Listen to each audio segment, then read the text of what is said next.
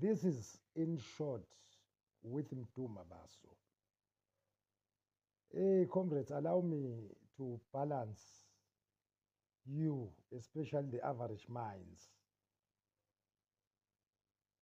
I engage with my equals privately. They DM me and we engage. But small minds, I teach. I do not react to stupid comments based on stupidity. But the average, privately, we engage and reason together. Angazi noma ngizwakala yini. I engage with my equals. The rest I teach. Listen to my teachings. Noma ungakhomentanga ngoba ulalela o 3-5 seconds. Then once wakhulunywa ngonhlanhla negatively uyavala.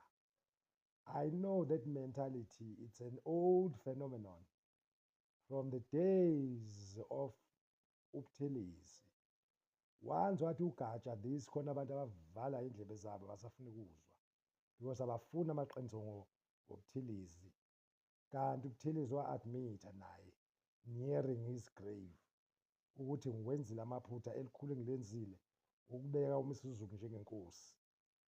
Siyamxolela ubaba mdala, ngeke simambele maqhubu, simfisela indlela enhle ijeni yakhe afterlife. Nakunhlanhla-ke manje semfenomeno nakuMandela. Once wathi uMandela wadayisa ngezwe, hhayi khona sebevala bakuthuke. Bakubize ngesilima, bakubize ngomxhiliba wakhehla, bakubize ngayo yonke lento. Ngoba manje-ke usubathathe in what they covenantally believe in without any facts.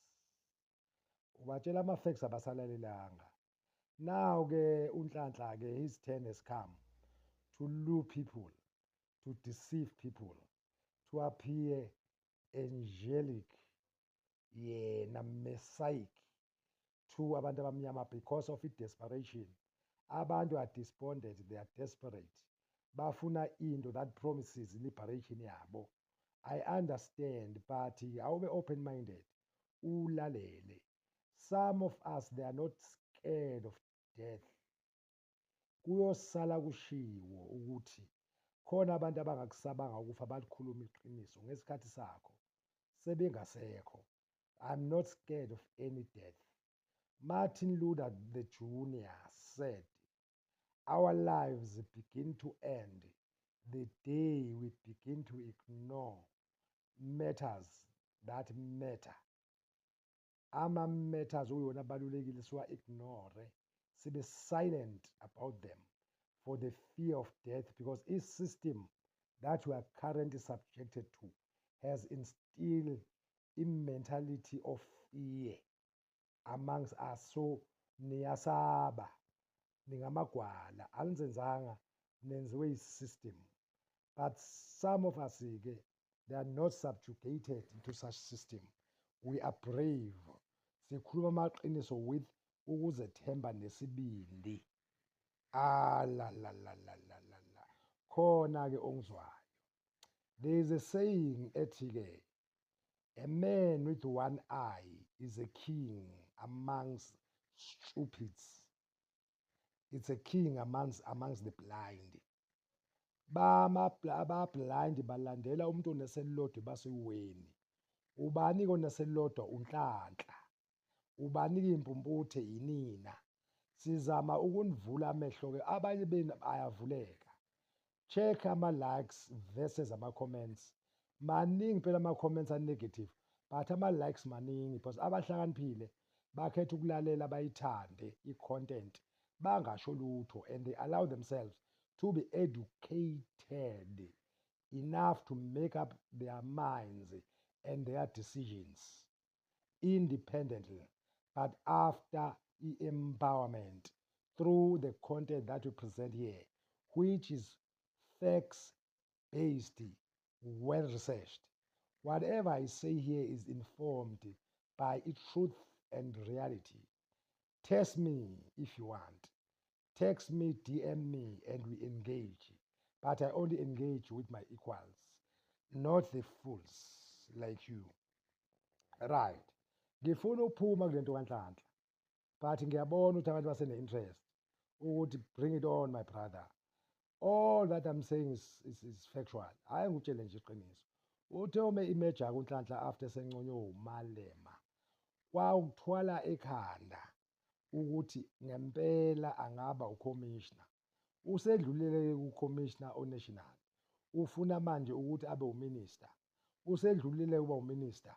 Usefuna ukuba uTraore of South Africa, u-president of the country, ngoba uhlohliwe niyamhlohla. Wakholwa.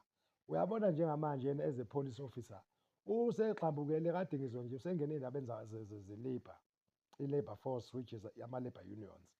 Uyawagxeka manje ukuthi uthi the more ama-executives, they want more money, or ama-employees want more money, you know what I mean?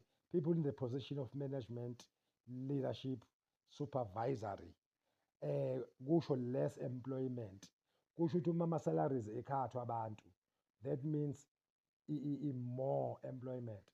What a stupidity. UTraore azange abulala abantu bakubo for him to emerge as the leader eBurkina Faso. Akakaze azabulala abantu bakubo. UHolomisa esaphethe iTranskei wathatha umbuso nge-so-called coup d'etat. Azabulala amaXhosa ukuze emerge. It was very strategic. UTraore very strategic. But uNhlanhla is paving his way through the barrel of a gun. One, ubulala bonke ubufakazi ngaye, so that he emerges as a saint and innocent. Akekho innocent, ungcolile. Singanikhothela izimo. Namhlanje abantu bakithi balambile or small business in township, in our own black townships. Because uNhlanhla wakhe rich mandate, uqeda ama-community business forums, amadela ngokubona ngolimi lwenu. Avezwa ubheka icala oqala ezama-mafia. They are not the mafias, obheka icala ama-mafia. Because ba-converge nabelungu to silence and eradicate ama-small businesses. Kumanje abafowethu balambile, bayakweleta, ziyadliwa izinto zabo. Abanye babo nkosiyami bahamba nama-bodyguard against the system, against oNhlanhla, because oNhlanhla balwela abelungu, bathatha amantshontsho imali kubelungu to protect i-white interest, i-capitalism, ukuthi abathathe yonke imali yama-projects, i-infrastructure. Kanti uZuma made a declaration or a legislation ngo-2017 before he was ungraciously removed as the president of the country. Hey, akhona abangizwayo-ke. Wathi 30% belongs to the small businesses in South Africa. So legitimately, amadela ngokubona ebeyiklema ngenkani le